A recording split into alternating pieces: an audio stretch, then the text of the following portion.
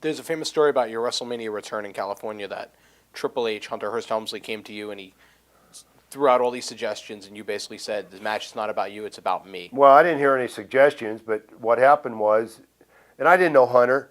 Right.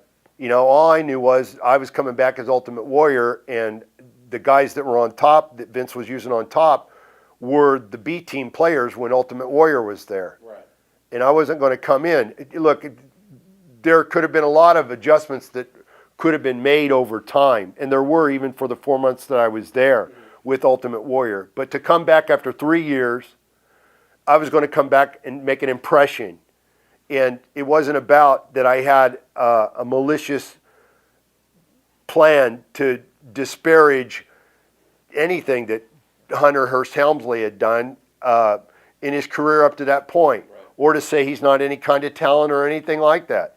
It was just come back. It wasn't harmful. You know, people talk about things are harmful, you know, doing the job and this and that. They are to some degree in the beginning, but they're not as much today. You can fix things like that. Right. And I told him what I wanted to do, that I was going to come and make my entrance. You give me your finish. I'm going to kick out of it, and then I'm going to give you a press slam. We're going to go home. And he said, okay. And then he went and got Jerry Briscoe. Came in the locker room. We went in the shower, and he proceeded to have Jerry Briscoe try to tell me that he had all these ideas. And I listened to Jerry for about 5 seconds, and I looked right at Hunter.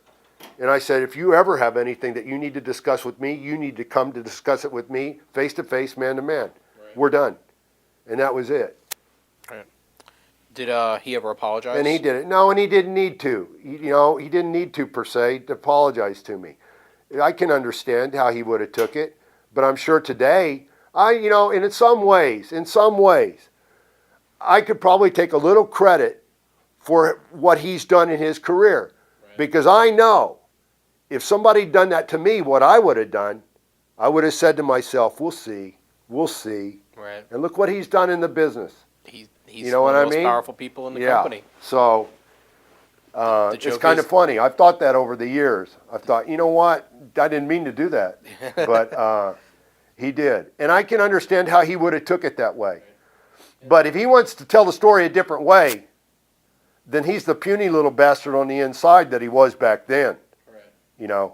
He's not the guy that's built a really credible career in the business and seems to love the business. He's still the puny little shithead that he was in 1996, and I'd tell him to his face again. Right.